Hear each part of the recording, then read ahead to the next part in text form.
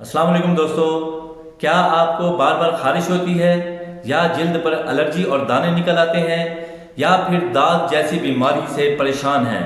तो आज की वीडियो आपके लिए बहुत अहम है, क्योंकि आज मैं आपको बताऊंगा खारिश, एलर्जी और दाद क्यों होते हैं और इनका आसान और मौसर इलाज क्या है। सबसे पहले बात करते हैं खारिश की। खारिश दरअसल एक बीमारी नहीं बल्कि एक अलामत है जो जिल्द में जलन और खुजली की सूरत में जाहिर होती है। अब बात करते हैं एलर्जी की।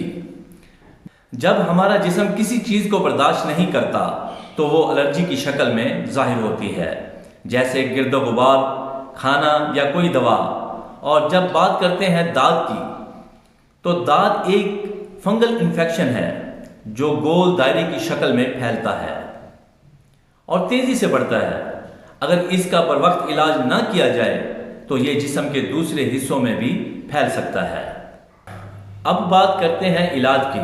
खारिश और एलर्जी के लिए आप इस्तेमाल कर सकते हैं एंटी एलर्जिक दवा, और दाद के लिए एंटी फंगल क्रीम बहुत मौसर होती हैं। घरेलू इलाज में आप नीम के पत्तों से नहा सकते हैं और एलोवेरा जेल लगा सकते हैं। याद रखें, सफाई का खास ख्याल रखना बहुत ज़रूरी है। पसीना खुश्क रखें और तंग कपड़ों से परहेज करें। अगर वीडियो पसंद आए तो लाइक करें, शेयर करें और हमारे चैनल को सब्सक्राइब करना न भूलें। अल्लाह हाफिज़, जज़ाकल्लाह।